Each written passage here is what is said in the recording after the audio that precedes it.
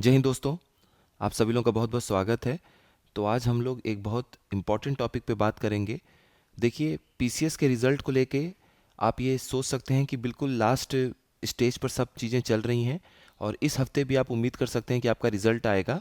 आ सकता है, बिल्कुल आ सकता है, इस हफ्ते बिल्कुल उम्मीद है उसके आने की, वरना नेक्स्ट वीक तक तो रिज़ल्ट आ ही जाएगा। बट ज़्यादा चांस है कि इस वीक की आपको मंडे के बाद ट्यूसडे थर्सडे तक रिज़ल्ट देखने को मिल सकता है। तो देखिए, रिजल्ट आने के बाद दो ही चीज़ें होंगी। या तो अगले 4 साढ़े 4 महीने, जो भी 4 महीने से थोड़े ज़्यादा के टाइम, ज़्यादा टाइम होगा, तो उन 4 महीनों में आप या तो पीसीएस मेंस के लिए लग जाएंगे। जिन लोगों के प्रीलिम्स में अच्छे नंबर होंगे, इनके क्लियर हो जाएंगे, तो वो लोग पीसीएस मेंस में लग जाएंगे। वरना फिर आरओ ऐसा एग्ज़ाम है कि उसमें सारे लोग लगेंगे, क्योंकि वही एक बड़ा एग्ज़ाम अगले 3 4 महीने में है। पीसीएस प्री 2025 वाला वो आपका अक्टूबर में है, तो जाहिर सी बात है आरओ में सारे लोग लगेंगे। तो देखिए, यहाँ पर कुछ चीज़ें हैं, उस पे बात करना इसलिए ज़रूरी है क्योंकि पीसीएस प्री का जो रिज़ल्ट आया था, जो भी एग्ज़ाम हुआ है, अभी तो रिज़ल्ट नहीं आया है, जो भी एग्ज़ाम हुआ है, तो उसमें बहुत सारे लोगों का परफॉर्मेंस उतना अच्छा नहीं गया है, जबकि उनका आरओ का एग्ज़ाम अच्छा गया था और उनके अंदर पोटेंशियल बहुत है मार्क्स लाने का। उसका देखिए, एक रीज़न तो ये था कि आप लोग फॉर्म में नहीं थे, चीज़ों से जुड़े हुए नहीं थे। एग्ज़ाम डेट जब अचानक से आई, तो उसके पहले क्या क्या क्या चीज़ें चल रही थी वो सभी लोगों को पता है। आरओ के एग्ज़ाम के पहले जो फरवरी में हुआ था लास्ट ईयर, तो आप नवंबर दिसंबर से एक फ़्लो में लगे हुए थे। उसकी वजह से आपके माइंड में वो रिवीजन की वजह से चीज़ें अच्छे से फ्लोट कर रही थी, आपकी पकड़ में थी, तो इसलिए आपका एग्ज़ाम अच्छा हुआ था। तो सबसे पहली बात है, रिवीजन और फ्लो मेंटेन करना बहुत ज़रूरी होता है। वो डिसाइड करता है कि आपका पेपर किस तरीके का होगा। तो ऐसा नहीं है कि पीसीएस का पेपर आपका उतना अच्छा नहीं हुआ तो आरओ को लेके आपके मन में बहुत ज़्यादा कोई शंका होनी चाहिए, या फिर आपको लगता है कि नहीं उतना अच्छा नहीं हो पाएगा, तो ये सब चीज़ें नहीं है। अब हमें अप्रोच के ऊपर देखना है, ये दोनों एग्ज़ाम में क्या फ़र्क है। दोनों पीसीएस लेवल का ही पोस्ट है। 4800 ग्रेड पे इसकी भी है, उसमें भी 4800 ग्रेड पे की बहुत सारी पोस्ट होती है पीसीएस की। जो नेचर ऑफ वर्क है, काम करने का तरीका है, वो थोड़ा अलग हो जाता है। सचिवालय का अपना एक तरीका है, उनकी फाइल्स, उनके लेटर लिखने के तरीके अलग हैं, फाइल्स मेंटेन करने का तरीका अलग है, हिंदी का वर्क ज़्यादा होता है, इसलिए इसे अलग रखा गया है पीसीएस से। तो देखिए, पीसीएस में आप लोगों को 150 क्वेश्चन देखने को मिलता है।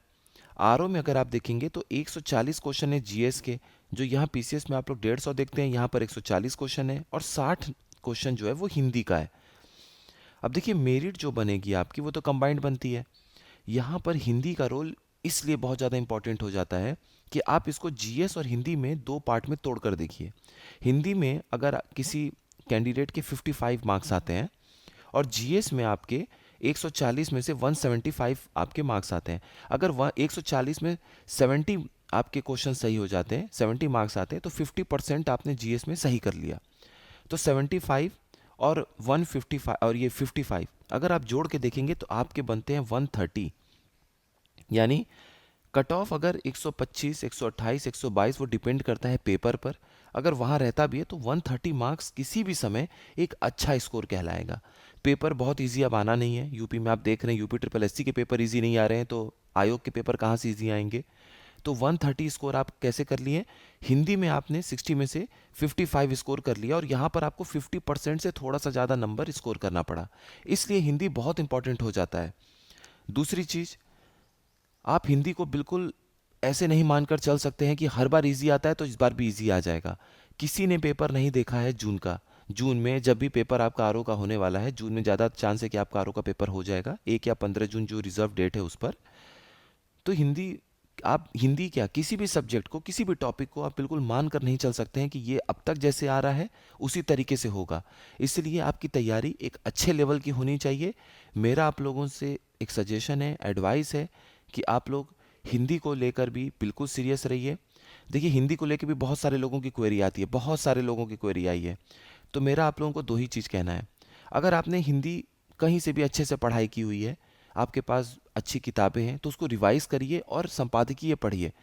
अगर आप हिंदी को लेके बहुत ज़्यादा टेंशन में हैं, बहुत सारे इंग्लिश मीडियम के कैंडिडेट्स हैं जो हिंदी को उतना प्रॉपर तरीके से अभी तक नहीं पढ़े हुए हैं या उनके टच में नहीं है, तो आप लोग जो बैच वगैरह के बारे में पूछते रहते हैं, तो आप चाहें तो हमसे जुड़ सकते हैं।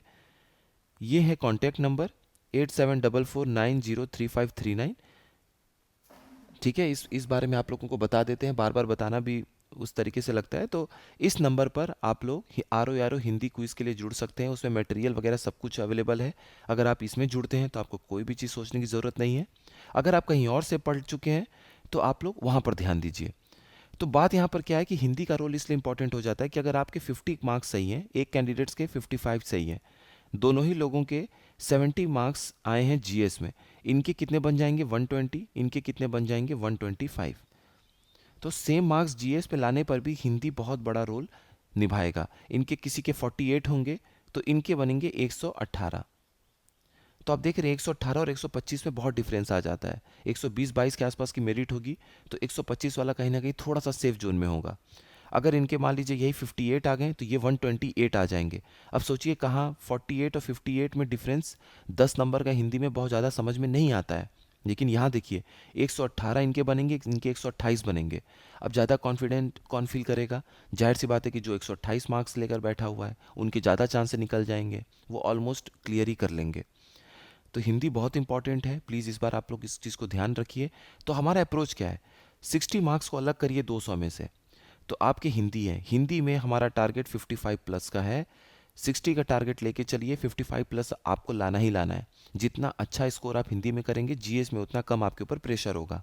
नेक्स्ट आइए अब जीएस पर। जीएस को बाइफरकेट करना है। 140 क्वेश्चन है आपके जीएस के। देखिए पीसीएस में जो 150 क्वेश्चन होता है उसमें यूपी का आप देख चुके हैं रोल बहुत नेग्लिजिबल होता है। कोई बहुत इंपॉर्टेंट रोल यूपी नहीं प्ले करता है 150 क्वेश्चन के पीसीएस के एग्ज़ाम में। लेकिन यहाँ पर आप मान सकते हैं कि 18 से 20 क्वेश्चन या लगभग 20 क्वेश्चन आप उम्मीद कर सकते हैं कि यूपी जीके से आपसे पूछा जाएगा, जिसमें करंट भी होता है, स्टैटिक पोर्शन भी होता है, दोनों मिलाकर। तो 20 क्वेश्चन अगर आप यहाँ से एक टारगेट करके सही चलते हैं तो 60 क्वेश्चन हिंदी के और 20 क्वेश्चन यूपी के। तो 200 क्वेश्चन में से जो कंबाइंड पेपर आता है, कंबाइंड जो अगर आप मेरिट मिला लीजिए, तो 80 क्वेश्चन आपने सिर्फ दो चीज़ों पे टारगेट करके कर लिया, जो कि पीसीएस में कोई रोल है ही नहीं। 200 का आप 80 नंबर निकालेंगे तो 40% तैयारी आपकी सिर्फ दो सब्जेक्ट से होती है, यूपी जीके और हिंदी। तो 40% तो आप वहाँ से स्कोर कर सकते हैं। और आप उस 80 नंबर में से 75 से 80 नंबर पूरा ला सकते हैं। यूपी जीके में मैंने देखा है लोगों के 20 में 20 आते हैं, हिंदी में 60 में 60 आते हैं। तो वो तो पहले ही मेरिट बना ले गए अपने। अब उनके अगले 120 में से क्या है, अब उसको देखते हैं। उसके बाद देखिए रीजनिंग और मैथ्स का जो रोल है वो 14 से 15 सवालों का रहता है। ये 14 से 15 सवाल आपको यूपी पीसीएस में देखने को नहीं मिलता है। आप कहाँ तक पहुँच गए? लगभग लगभग आप 100 क्वेश्चन पार कर गए, आप 100 क्वेश्चन के करीब पहुँच गए। सिर्फ 3 टॉपिक पर फोकस करके, मैथ्स, रीजनिंग, यूपी जीके और हिंदी। क्या ये तीनों का कोई रोल है इंपॉर्टेंट यूपी पीसीएस में? नहीं है। यहाँ पर 50% एक तरफ सिर्फ 3 टॉपिक हैं और अगले 50% में हिस्ट्री है, पॉलिटी है, ज्योग्राफी है, इन्वायरमेंट है, करंट है और विविध प्रकार के टॉपिक है, मिसलेनियस। तो इस तरीके से आपको अपनी तैयारी को धार देना है। अब अगले 50% में बात करते हैं। लगभग हम मान लेते हैं कि 105 से 110 नंबर, 100 से 105 नंबर आप मान लीजिए। अगले 100 से 105 नंबर में आपको 5 सब्जेक्ट्स पढ़ने हैं। अब देखिए यहाँ पर आपका अप्रोच क्या होना चाहिए? ज्योग्राफी और इन्वायरमेंट, ये इंपॉर्टेंट है। ज्योग्राफी और इन्वायरमेंट के आप आज आज के टाइम पे 18 से 22 सवाल उम्मीद कर सकते हैं।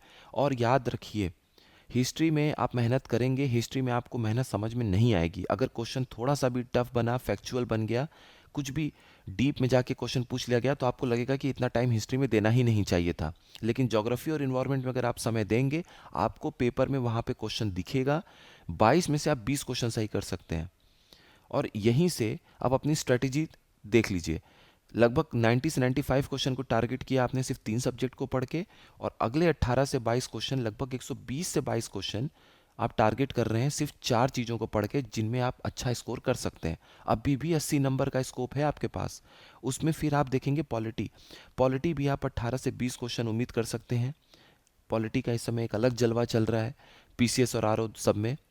तो 18 से 20 का मतलब ये हो गया कि 200 में से लगभग 140 क्वेश्चन आप पहुंच गए। 140 क्वेश्चन को आप अच्छे से टारगेट कर सकते हैं। किन किन चीज़ों को पढ़ के? यूपी जीके, हिंदी, उसके बाद मैथ्स या रीजनिंग, उसके बाद ज्योग्राफी, उसके बाद पॉलिटी। अब आप बताइए कि इन 5 सब्जेक्ट्स में आप कितना टाइम दे रहे हैं? ये आपको 140 तक ले जा रहे हैं। अगर आप हिस्ट्री में ज़्यादा टाइम दे रहे हैं तो आप 20 से 25 क्वेश्चन पे टारगेट कर रहे हैं। चलिए मान लीजिए 28 क्वेश्चन, 28 क्वेश्चन या 25 क्वेश्चन अगर पूछा जाएगा तो आप कितने श्योर शॉर्ट होकर क्वेश्चन सॉल्व कर सकते हैं। आप पीवाईक्यू उठा के देख लीजिए, जो हिस्ट्री ऑप्शनल के कैंडिडेट्स हैं उनके भी 60-70% क्वेश्चन से ऊपर आरओ में जल्दी ठीक नहीं हो पाते हैं। अब मान लीजिए पेपर एवरेज लेवल का हुआ तो आपको वैसे भी बहुत टाइम देने की ज़रूरत नहीं है। हिस्ट्री में अगर एवरेज लेवल का क्वेश्चन आता है तो मीडियम इजी क्वेश्चन लेवल आप पढ़ के जाइए और वहाँ क्वेश्चन आप ठीक कर लीजिए। अब अगले बचते हैं 60 क्वेश्चन। 140 तक हमने अपनी तैयारी को देख लिया।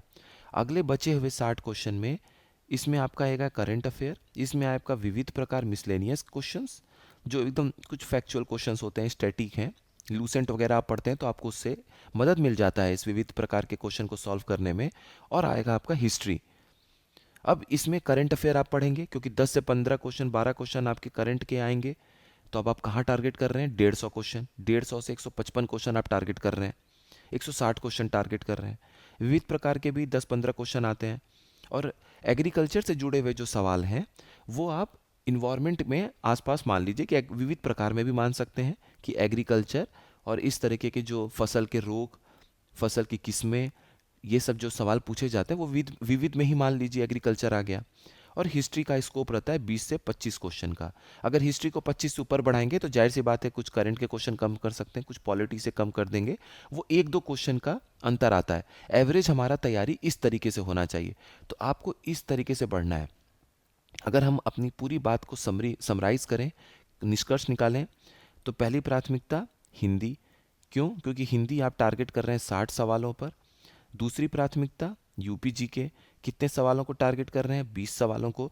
1-2 क्वेश्चन वेरी कर सकता है, हो सकता है 17 ही क्वेश्चन 18 आ जाए, हो सकता है इस बार 21 पूछ दे, लेकिन 20 के आसपास हम एक एवरेज मोटा मोटी एक अपना आइडिया लेकर चल रहे हैं कि हमें कितने क्वेश्चंस को टारगेट करना है। तीसरा, आप रीजनिंग ले लीजिए, कोई बहुत मेहनत नहीं है, थोड़ा बहुत मैथ्स पढ़ लीजिए, ये आपको 13 से 15 सवाल का टारगेट दे रहे हैं। उसके बाद आपका टारगेट होना चाहिए ज्योग्राफी और इन्वायरमेंट। देखिए मैं इसलिए आप लोगों को पहले ज्योग्राफी इन्वायरमेंट पढ़ने के लिए सजेस्ट कर रहा हूँ क्योंकि पॉलिटी कहीं ना कहीं आप कई बार पढ़ चुके होते हैं, आपको उसमें एक कंफर्ट फील होता है, आप उसमें बहुत ज़्यादा टेंशन फील नहीं करते हैं पढ़ते समय। एग्ज़ाम के 1.5 महीने 2 महीने पहले आप पॉलिटी पढ़ सकते हैं, लेकिन ज्योग्राफी अगर आपने डीप में अभी नहीं पढ़ाई की तो आपको बहुत समस्या आएगा। तो ज्योग्राफी इन्वायरमेंट आप टारगेट करते हैं तो 20 से 22 सवाल आप टारगेट कर रहे होते हैं। उसके बाद पॉलिटी पढ़िए, ये टॉप 5 है, 18 से 20 सवाल आप यहाँ पर टारगेट कर रहे होते हैं। उसके बाद 6th नंबर पे आप करंट अफेयर्स को अच्छे से पढ़िए। देखिए करंट अफेयर्स का पीसीएस में रोल एक अलग है, वहाँ 20-25 क्वेश्चन पूछे जाते हैं, कभी कभी 30 क्वेश्चन भी पहुँचा हुआ है।